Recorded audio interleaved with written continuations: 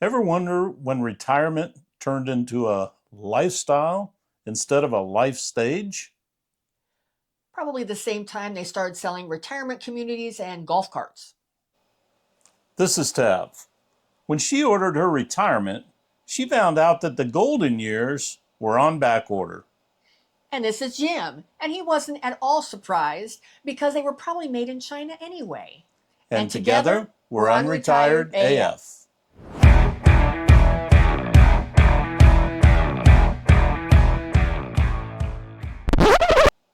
Hello, and welcome to today's episode of the Unretired AF podcast, the podcast created especially for you, the over 60 rabble rouser crowd. And today we're going to be talking about how Madison Avenue marketing invented the modern American retirement dream. All right, well, let's start with where the retirement dream began and why it looked an awful lot like a commercial. Because it literally was.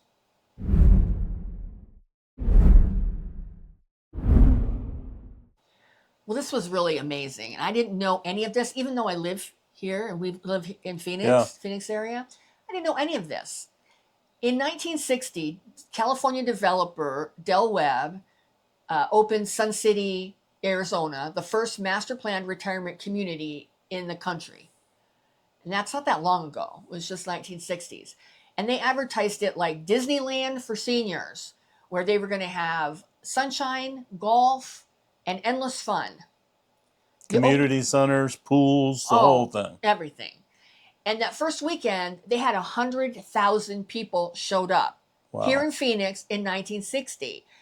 And, that's amazing. But until you think about it, because Del Webb, there was a big billboard on Grand Avenue in Phoenix that said, introducing, Del Webb's retirement community, and it had a big question mark on it. They hadn't named the community yet. So what Del Webb did is he ran a name contest, and the winner, people put in entries from all over the country, and the winner of the name contest won a house in Sun City. So it was marketed as a new way to grow old, Wow. and that phrase was a turning point. That was the beginning of retirement becoming a quote brand and something to be packaged up by Madison Avenue, branded and sold to us. Wow. Well, Dale was a pretty brilliant guy because he immediately partnered with Time and Life magazines, which gave him massive national coverage. It shifted, it actually shifted the retirement from rest to reinvention. Right. And the theme was, though, it was only for those that could afford it. Right. It Right. wasn't about people's well-being. It was about selling homes, hobbies, and hope. We were sold a vision that looked a lot like consumerism with a golf cart. And when you go out there, even to this day, there are more golf carts on the streets than there are cars. Well, and I didn't realize that prior to this, there was no marketing to seniors. No. I think Madison Avenue figured that the baby boomers Yeah. were the biggest generation in terms of numbers, Right. and they wanted to get and separate us from our money. Yeah. And they started when we were young, trying to figure out how to market it, Right. to do it. So, the dream started with real estate with Del Webb. He was the very first one, but then the financial industry got involved and took over. And when they developed that in 1960, there was nothing else out there. Nothing. It was like from downtown, Phoenix was probably what, 30 miles? It was Yeah, and good ways out and there. think about it too. I mean, not only did this shift and changed American retirement, it changed it from being a multi-generational life for people, and they were all of a sudden promoting a mono-generation life. They wanted all retirees to live together, and they were promising them like this paradise of golf and like we said, Disneyland for seniors. That's how it was marketed. And even to the point where each of the communities, or I'm going to call them subdivisions within the Sun City community, were all done in circles. Yeah. So it was all concentric circles tying everything together. But you got to know where you're going. You can get lost quick out there, yeah. even now. Well, and it's bigger. It's crazy. I mean, you'll see that. You'll see. I'll put the overlay on screen so you can see. In this overlay, there is a picture of Arizona, and then in the bottom right corner, you'll see Maricopa County. There's a pop out for Arizona, Maricopa County, and then you'll see there is the size of the Sun City in red. You'll see the size of it. It was big. Big. I mean, it wasn't any small little like subdivision kind of thing. It was a master plan community with all the infrastructure that you would need for a town. It was crazy. So the dream and the branding and the Madison Avenue branding of retirement to seniors started with real estate. It did. But then it switched into the financial industry and they got on board. Yeah, because nothing says more to relax than a portfolio and ongoing fees. Right.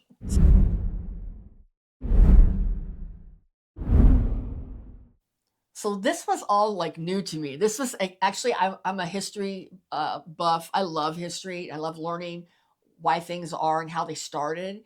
And I did not know that it was the 50s and 60s where companies like Prudential and Merrill Lynch started promoting retirement as an actual financial product. Wow. It was a product that they packaged up and they sold to people. But prior to that, it didn't exist. TV ads, because TV was new in the 50s. Right. TV ads promised secure futures and lifetime income. And they turned retirement into a goal that required a constant buy-in. Literally every paycheck, people were giving these companies their money, based on this ad and this promise of what retirement would be. What we're talking about all the time in our show, now we can kind of look at what the roots are, where it all began. Because, savings then became a status symbol. Right. If you had, retirement savings, that was like a status symbol. And fear of running out became a sales tool that these companies used to keep people funding, and they're, of course, making commission every single time. Transaction. Yeah. Every transaction. Yep. So this is when the phrase "the golden years" really took off. Yeah. Thanks this to ad campaigns, and even TV shows. Yeah. Marketing convinced a generation that security meant spending. Now, that's terrible. That is just, in my opinion, that's just terrible. Yeah. Wall Street didn't just sell investments. They sold an emotion. And people get very emotional about their money, as we all know. Yeah. We all are. One of the most emotional subjects for people. Yeah. They marketed peace of mind, and then they billed annually for it. Is that right? I don't think so. I mean, just that emotional manipulation. I never knew until we did this episode that retirement was, in America anyway. I mean, we did the Otto von Bismarck history of like a Social Security style of retirement, but the concept of the American retirement came from Madison Avenue. I did not know that. Yeah, it's amazing to me. All right. Well, then came the final nail in the coffin for us, turning retirement into a brand. Yeah. So if you can put a brand on it, that's officially an American value.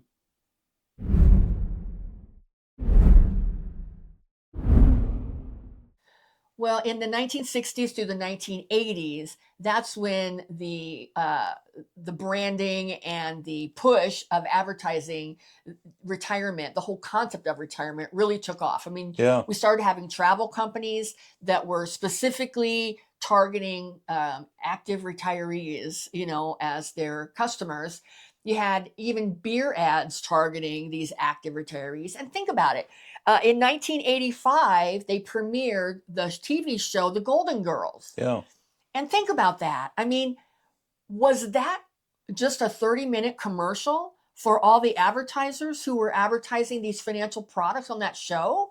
I don't know the answer. Yeah. But it seems a little bit strange, doesn't it? That It does. that show, I don't know if there were any other retirement-based shows like that, but that was super popular. Yeah. And people wanted that lifestyle. I don't think any of them worked. I think they did a few little odd things, but I think it was definitely promoting the retirement age and that lifestyle as a goal.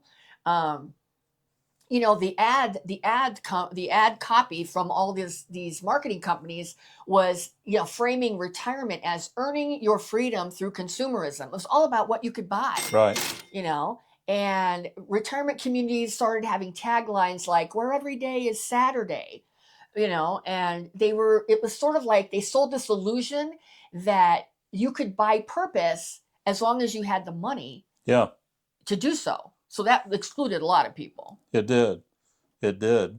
And, you know, the other thing that they really didn't tell is what the HOA fees are to maintain all this stuff in these retirement communities. Well, everybody had their hand out. Everybody. To the boomers, Everybody to the retirees, did. to the boomers, Yeah. to the silent generation. Yeah. Everybody had their hand out. Yeah. So. And they still do. Yeah. By the 80s, marketing evolved into the industry of leisure itself. That was really the time when you could enter golf, RVs, right, cruises, right. You know, think about all the cruise stuff that just popped up. Well, and it wasn't marketed to families until much later. No, I mean, you think about cruising like 10 or 15 years ago, and people just had visions of old people, right? Yeah. And it's just been current, right, that it's a family, you know, idea. But during that time, though, those were symbols of people having made it. Right. If you joined a golf club or owned an RV or went on cruises, man, you were in high cotton. You had made it. Right. It was a status symbol. Right. Very much a status symbol. And it still is. It still is. It is. It still is. Yeah. The retirement industrial complex That's an interesting name, isn't it? It is. Retirement industrial complex. It really is that. It is that. Yeah. It is that. You know, and ironically, it made a fortune off of people who spent their entire life earning one. Yeah, no, that's true. Well, now compare that to how we talk about, you know, if you've watched our show enough, we talk about unretirement. Yeah. Yeah, with us it's quite honestly the opposite. It's less about buying things and more about being useful again.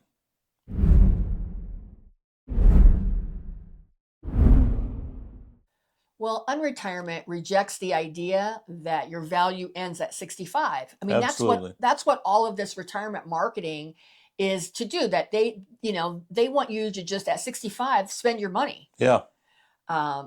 You know, unretirement is about reclaiming those years that advertising just turned into a sales pitch for us to spend our money. You know, we're trying to build a life, not a lifestyle. Yep. And I think the dream for us anyway isn't a house in Sun City, it's purpose. Yeah, exactly. The most interesting retirees in today's age aren't retired at all. They're teaching, they're coaching, they're creating, they're consulting, they're reinventing. You know, marketing sold us the end. I mean, let's face it. It is, whether you like it or not. You look at how all these things are. It's like, take your last trip, do your last, you know, screw all that. Even the bucket list concept. Right. You know? Exactly. Unretirement is about turning that into chapter 2. Right. You know, a restart, a reinvention of ourselves. Yeah. Doing what we want to and not what someone else says. Well, and a lot of times it's about getting away from, a lot of people had jobs that they didn't enjoy, didn't like. And now it's about figuring out what you want to do. Yeah. And you would enjoy doing without all the stress. Without all the stress.